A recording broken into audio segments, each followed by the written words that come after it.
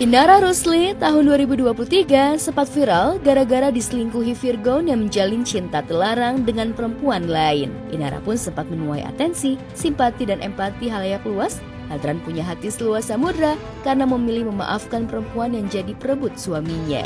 Maksudnya, ya kita kan di hadapan Allah semuanya sama-sama hamba, sama-sama pendosa bukan? Sebagaimana kita pengen diampunin sama Allah, ya kita juga harus bisa ampunin orang.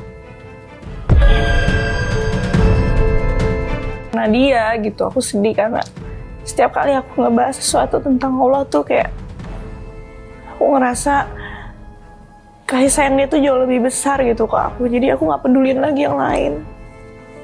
Aku nggak pedulin lagi dia mau minta maaf mau enggak. Aku nggak peduli gitu. Sebenarnya bukan itu poinnya. Ya kalau dia mau bertobat ya syukur alhamdulillah dia bertobat buat diri dia sendiri gitu. Ujian hidup yang cukup dahsyat membuat Inara Rusli makin mendekatkan diri kepada Sang Pencipta. Inara mulai rajin mengikuti kajian keagamaan, bahkan membuat majelis kajian bersamaan circle muslimahnya. Di antaranya dengan Ella Muhammad, meski endingnya majelis kajian itu bubar karena perbedaan visi dan misi.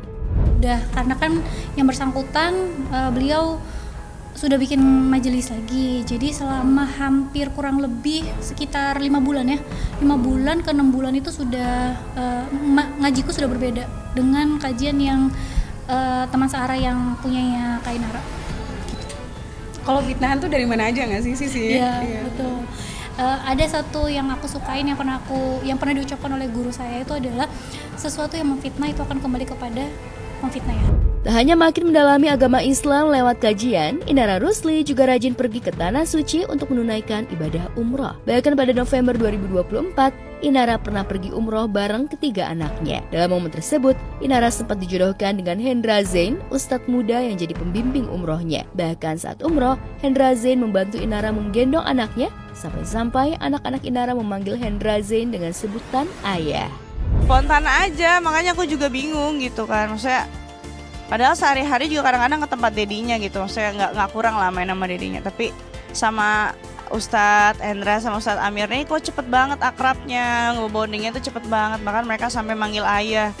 Jadi kayak Masya Allah ya, berarti Ustadz ini memang benar-benar tulus, karena anak kecil itu kan hatinya masih pure, masih suci, dan mereka bisa mengenali, bisa paham dan tahu mana yang benar-benar tulus, mana yang enggak. Enggak, kalau pacaran enggak sama sekali pasti. Kemudian juga untuk hubungan selalu cepat rasanya kan, kita kenal belum ada sebulan. Ya. Kan? Dijodohkan dengan Hendra Zain, ustadz muda yang ganteng, tapi Inara Rusli malah memilih melabuhkan cintanya kepada pria lain yang diduga Insanul Fahmi, suami sah Wardati Namawa. Alias Inara diduga jadi pelakor dalam rumah tangga Insanul Fahmi dan Wardati Namawa. Dulu Inara pernah statement nyinyir soal pelakor, kini kata-kata itu berbalik untuknya. Kan nggak tahu orang kalau untuk jadi selingkuhan nggak perlu cantik, perlunya nggak tahu diri aja. Nggak penting kalau jadi pelakor tuh nggak penting cantik, yang penting nggak tahu diri aja. Kok jadi bisa terjadi? Makanya liter apa yang kita pakai untuk menghakimi orang, maka literasi itu juga yang datang sama kita.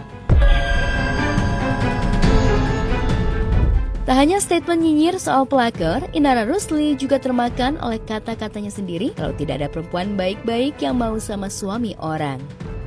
Belajar dari pengalaman, keberkahan itu bukan terletak dari kemeriahannya, tapi caranya. Jadi mohon doanya semoga lancar prosesnya.